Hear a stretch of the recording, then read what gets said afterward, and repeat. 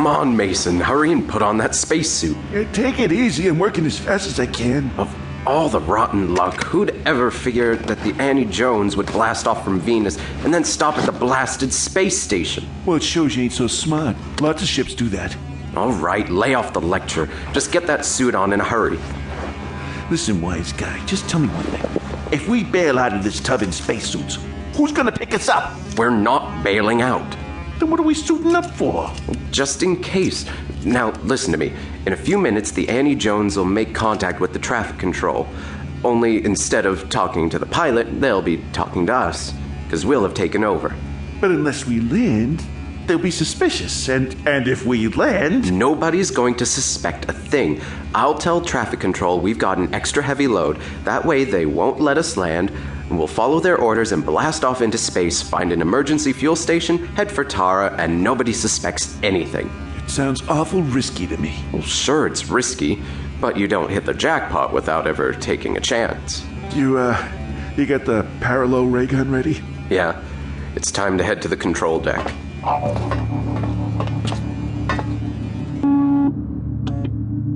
Ought to be picking up the approach radar signal pretty soon. Jardine, take her off automatic control.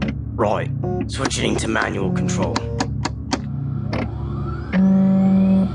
Hey Banks, set out a radar blip for the station. I'll check the cargo and make sure it's lashed down for landing. You know how that Captain Steffens is when it comes to things being ship-shape. Back in a minute.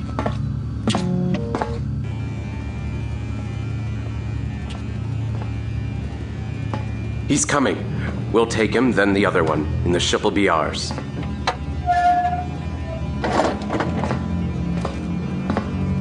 Well, looks like everything's in order. Now! What the? Bangs! Look out!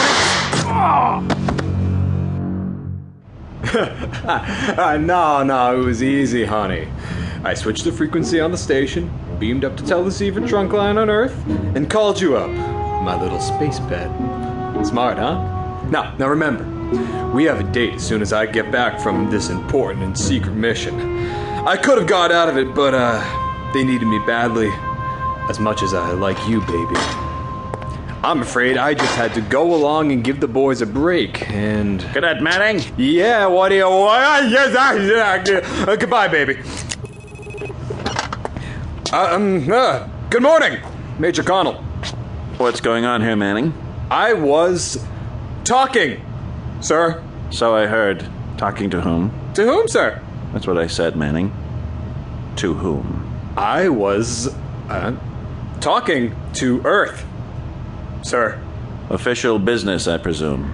You mean official, like here on the station, sir? Official, like here on the station, Manning?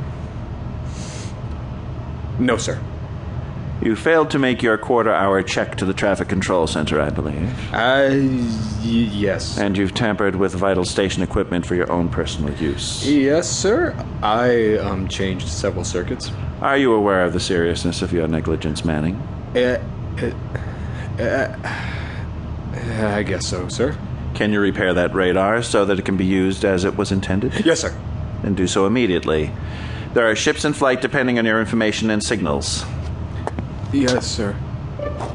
I'd like the Major to know, sir, that this is the first time this has happened. I have only your word for that, Manning. When you've repaired the equipment, return to your quarters. You are confined until I decide on disciplinary action.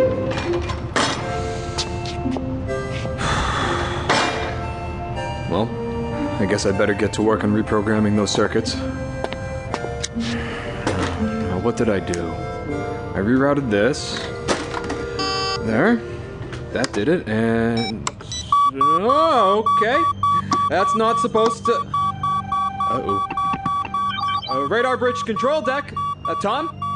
Tom, there's a ship heading right for the station. Bearing 098, distance 450 miles. Coming in at full thrust. Tom, acknowledge, quick.